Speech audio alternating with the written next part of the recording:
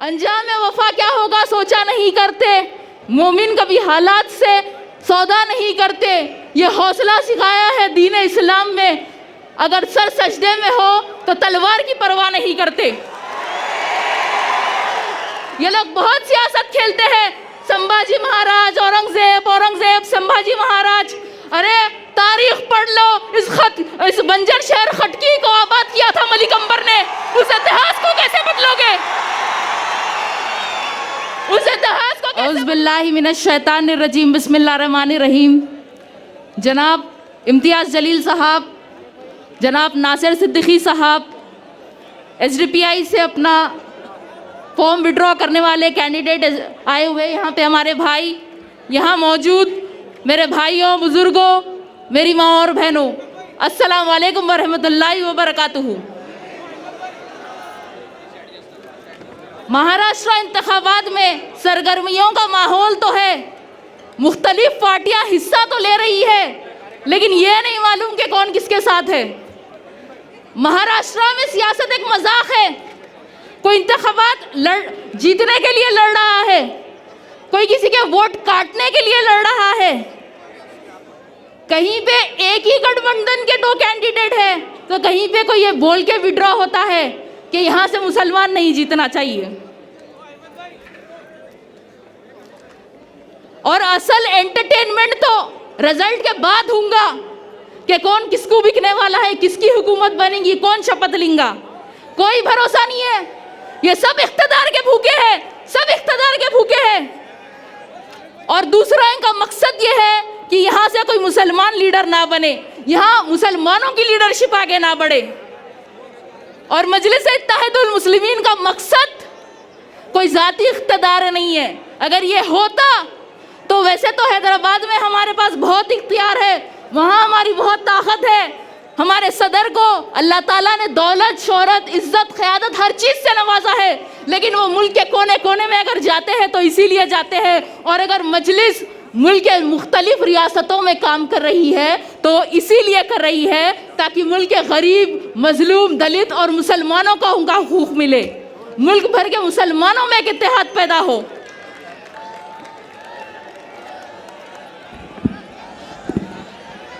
हम भारत के मुसलमानों को जगाने निकले हैं कि अब 75 साल से हम सियासत में वोट देने का तो काम कर रहे हैं, लेकिन अब हम खुद सियासतदान बनेंगे, हमारी खुद की सियासी क़यादत होगी, हम खुद MLA और MP बनकर असेंबली और पार्लियामेंट में जाकर हमारा हक हासिल करेंगे।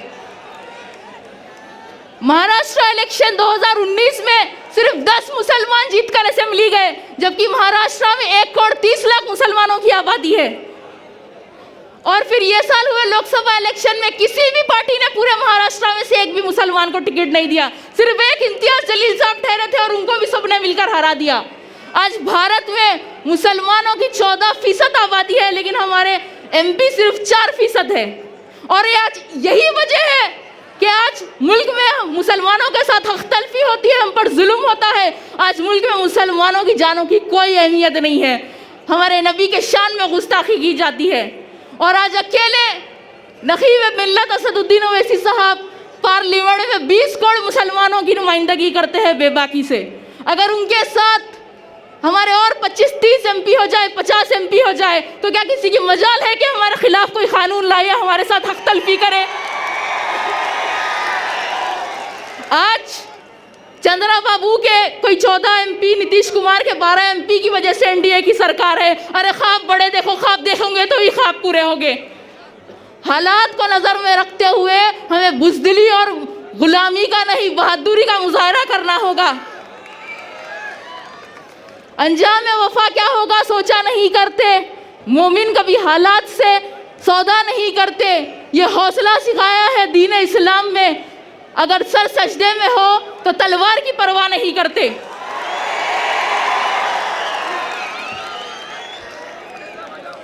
आप लोग तो वो शहर औरंगाबाद से हो जहां हमने हुकूमत की थी।